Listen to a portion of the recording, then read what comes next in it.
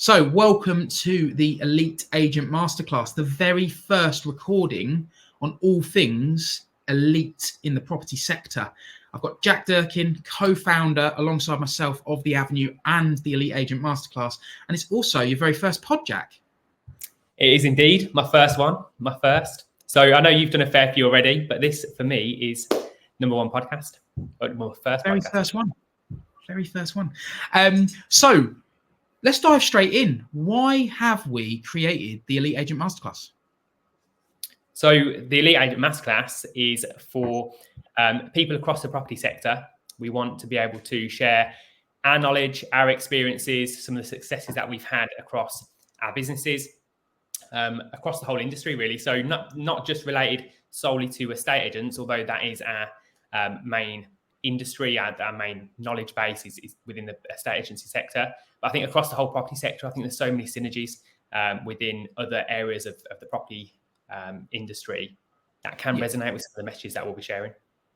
Great. So the idea is sharing insights, knowledge, because one of our big drivers, we talked about this before we hit record, didn't we? One of our big drivers is we've got a strong belief in increasing the fees, increasing what people get paid across the sector, across the industry, because in turn, if there's more of a fee involved, then the end user, the consumer, the customer, the people that are most important get a better service, a better offering and better support. So the insights that we can share will be transferable across a whole spectrum. And would it be fair to say that you and I are both very open-minded to being able to help and support and coach those people out there that want to operate in a more premium area of their marketplace?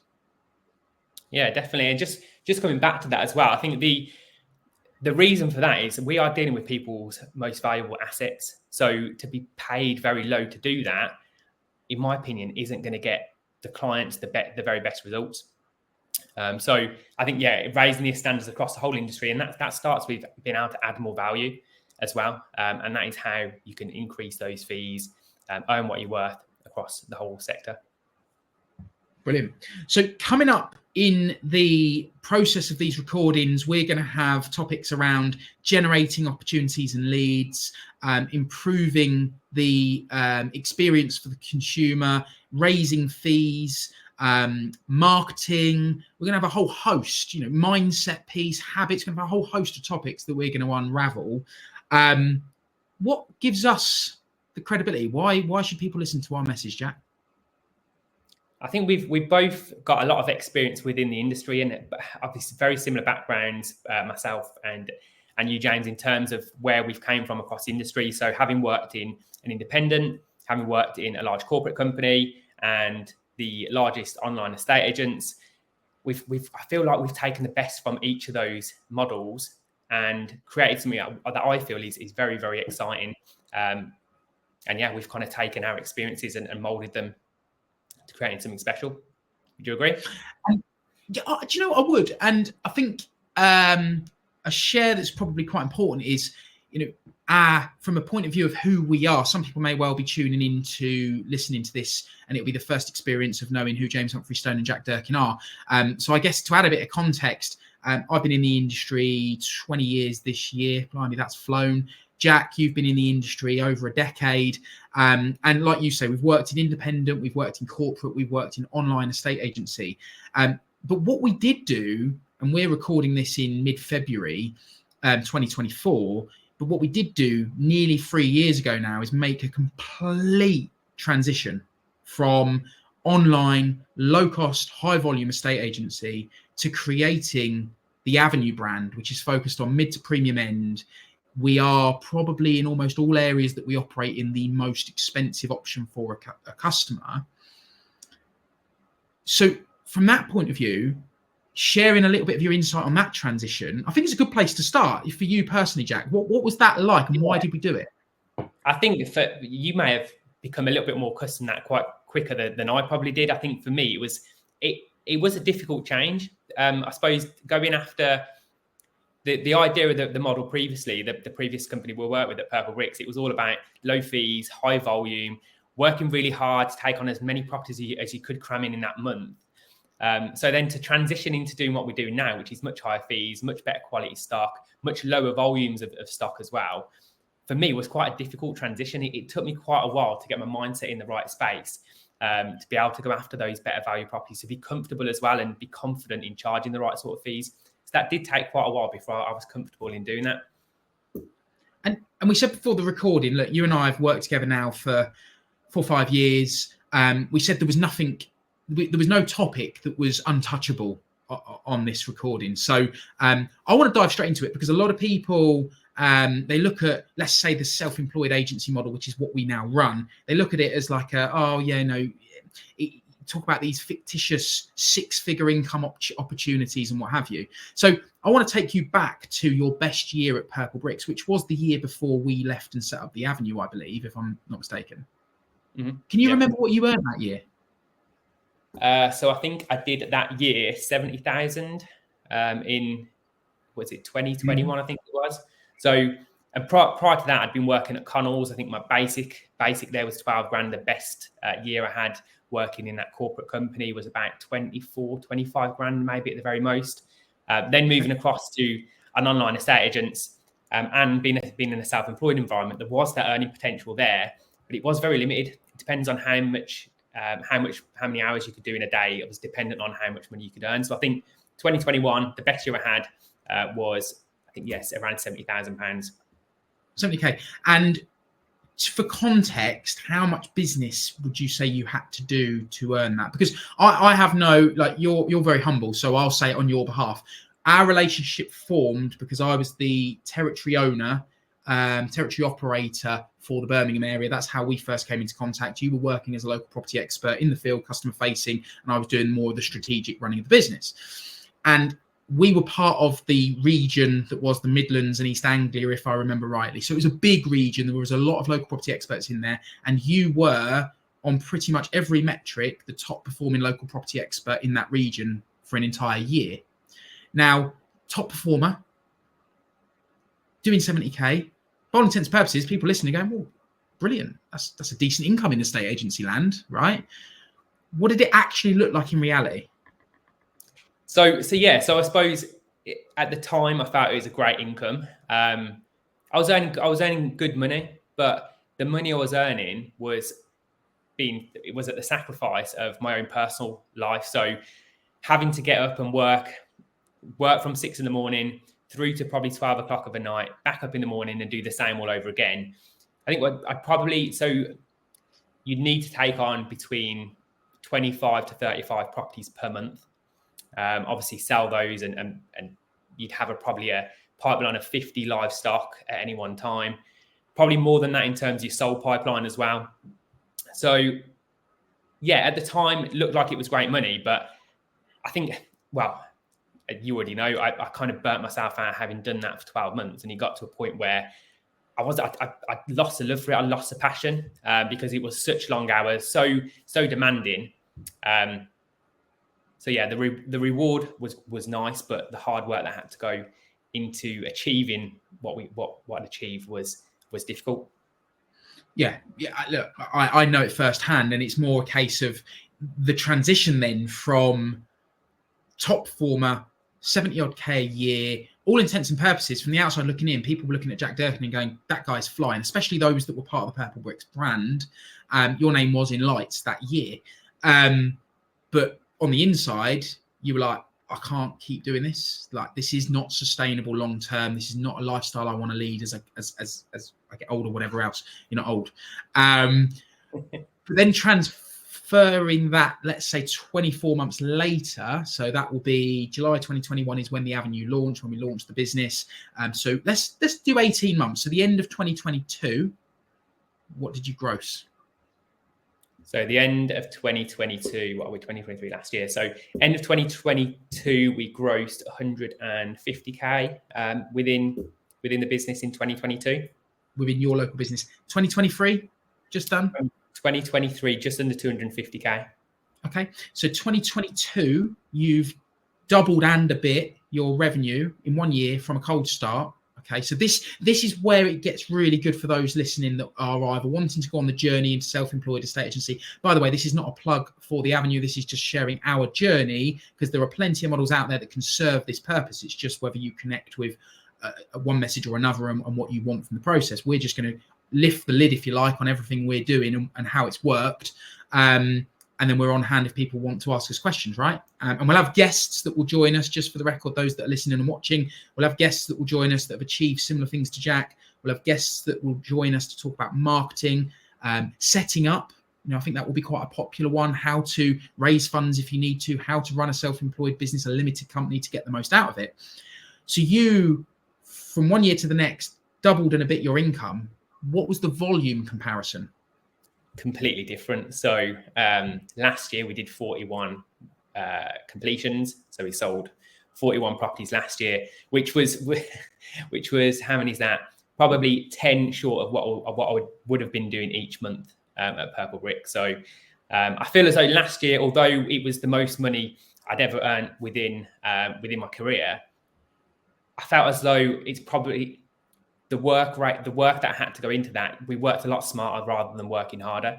So yeah, very rewarding, but at the same time, it was a lot easier to manage as well. Manage my time, have a better work-life balance in doing so, and still also being able to run the Avenue business as well, having to run and support another 15 property experts. Plus we've got our concierge people in place as well. But I didn't feel as though I was burning out, which I did definitely do when I was in the previous models. Oh, there's two dangerous areas you've touched on there. There's the fact that it could be deemed easy, and the fact that you talked about work-life balance, which people seemingly don't think exists, which I just think is lunacy. Of course it exists if you can strike it and get it right. But I guess those that preach that it doesn't exist are those that are trying to preach that you should work for me rather than for yourself. Yeah. Work-life balance can't exist in an employed world. It can't. I don't deny that. It can't exist. And I don't like to say anything's easy. There's a lot of hard work that's gone into what we've done, both what you and I have done in our businesses.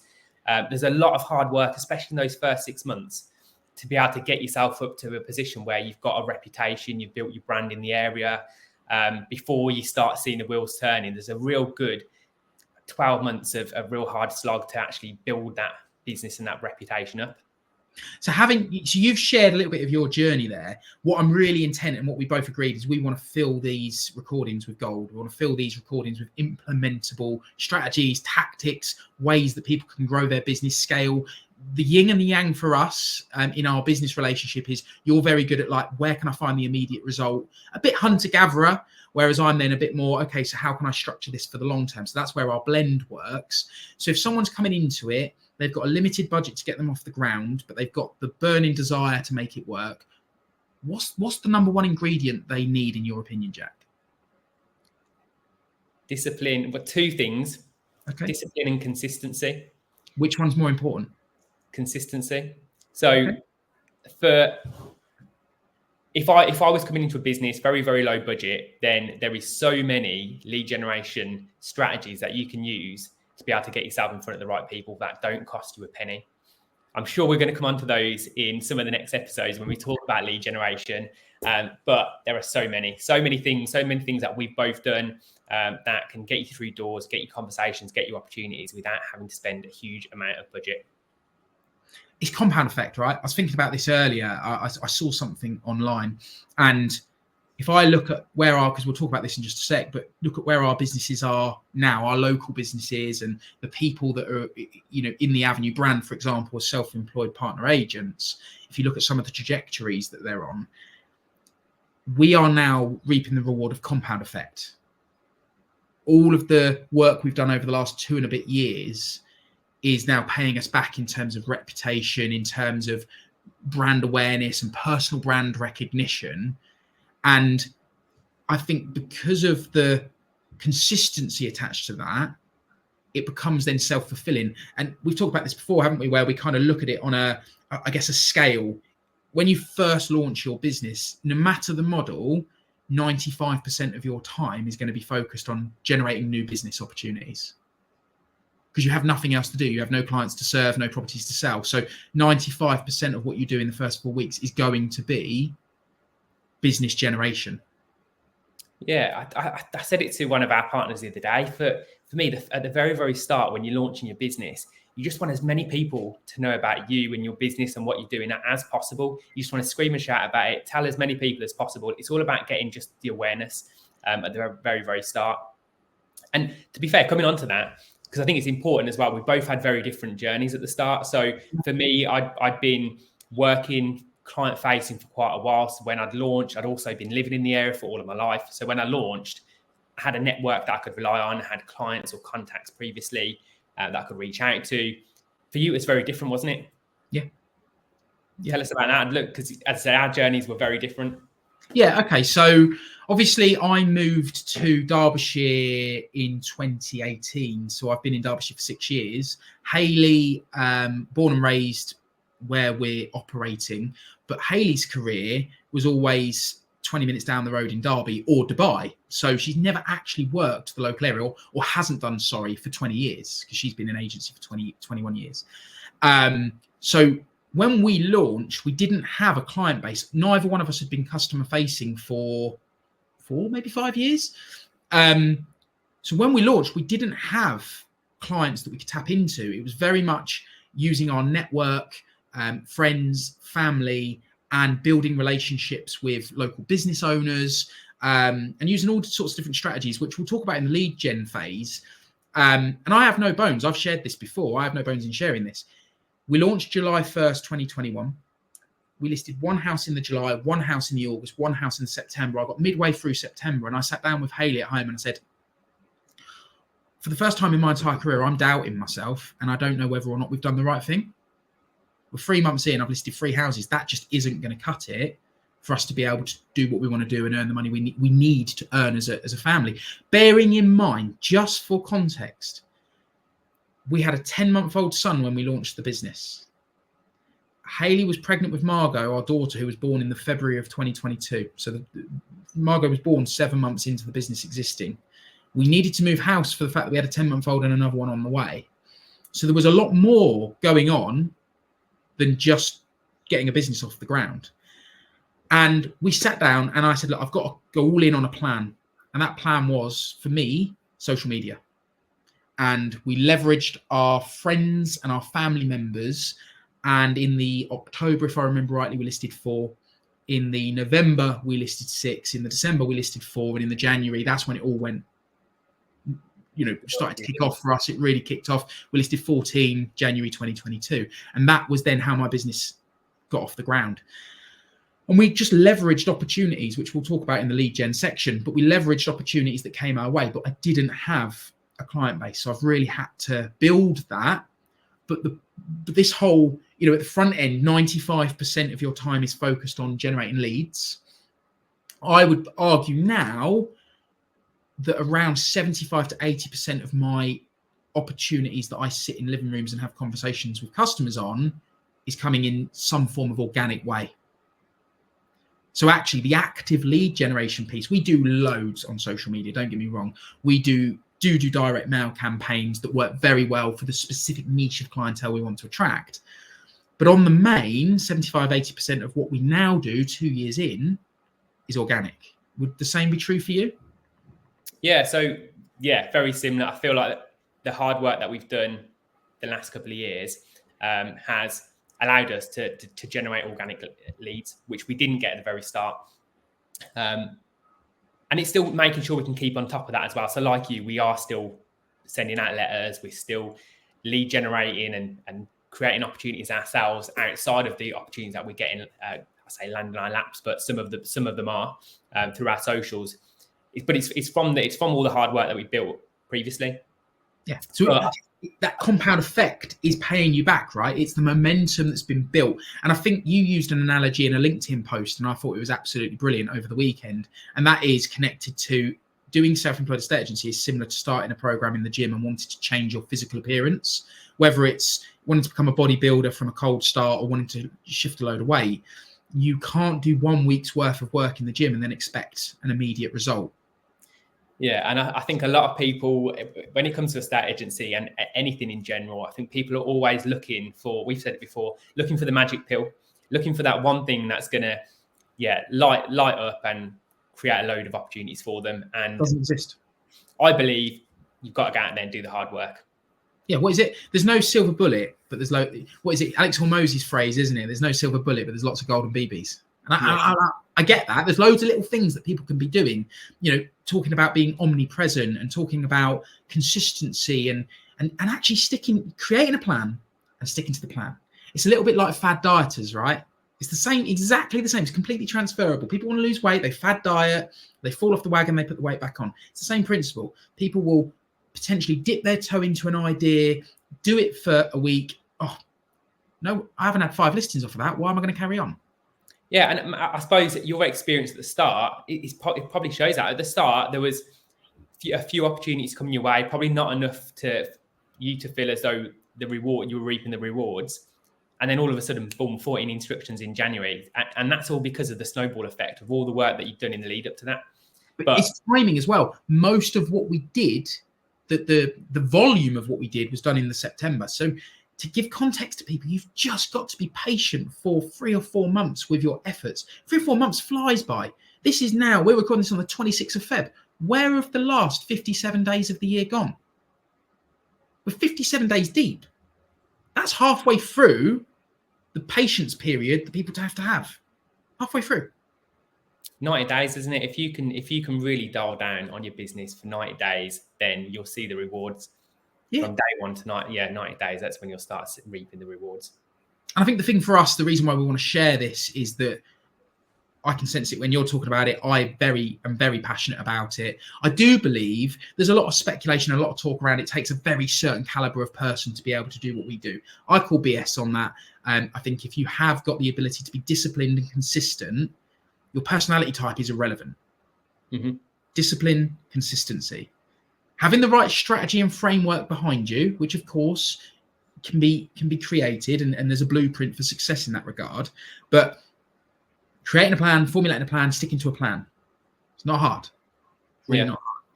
So what would be, of all the topics, I'm going to put this question out to the audience when they're listening, and we want you to get in touch with us to share the topics if we haven't already got them on our list. But if you are in this space of wanting to improve your business, so you might be an employed estate agent wanting to move into a better marketplace, command better fees, attract better quality clientele and stock, what would be the number one question? Equally, what questions would you want us to cover off in regards to if you wanted to go into the self-employed world of estate agency and launch your business? How can we help you with advice around those topics? It might be the setting up of a limited company, the raising of funds, how to attract clients in the first 90 days to really get into their mind's eye. What would have been, if you're reflecting back and you were at Purple Bricks and you were feeling that burnout, and you're like, I'm reaching the end of the road with this. What would the questions be that were going through your head at that time? So for me at that time, I think that I'd got to a point where I wanted to step back and kind of take on a different role. And I think that's because of the burnout. So for me, it would be, how do I charge better fees? Because at the very start when we first launched, it was how do we start to improve our fees, improve the types of properties we take on? How do we do that? So that would be probably one of my questions.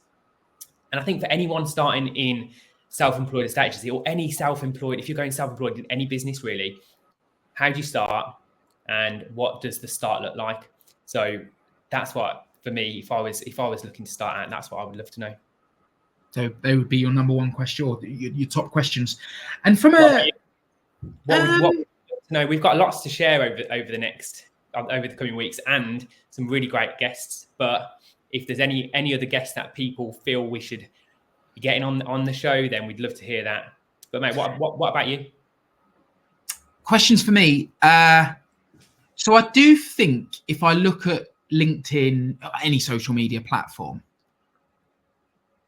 there's a lot of talk around income potential. And if I've come from an environment, if I look at your story, I've earned 70K. I've absolutely caned myself for a year.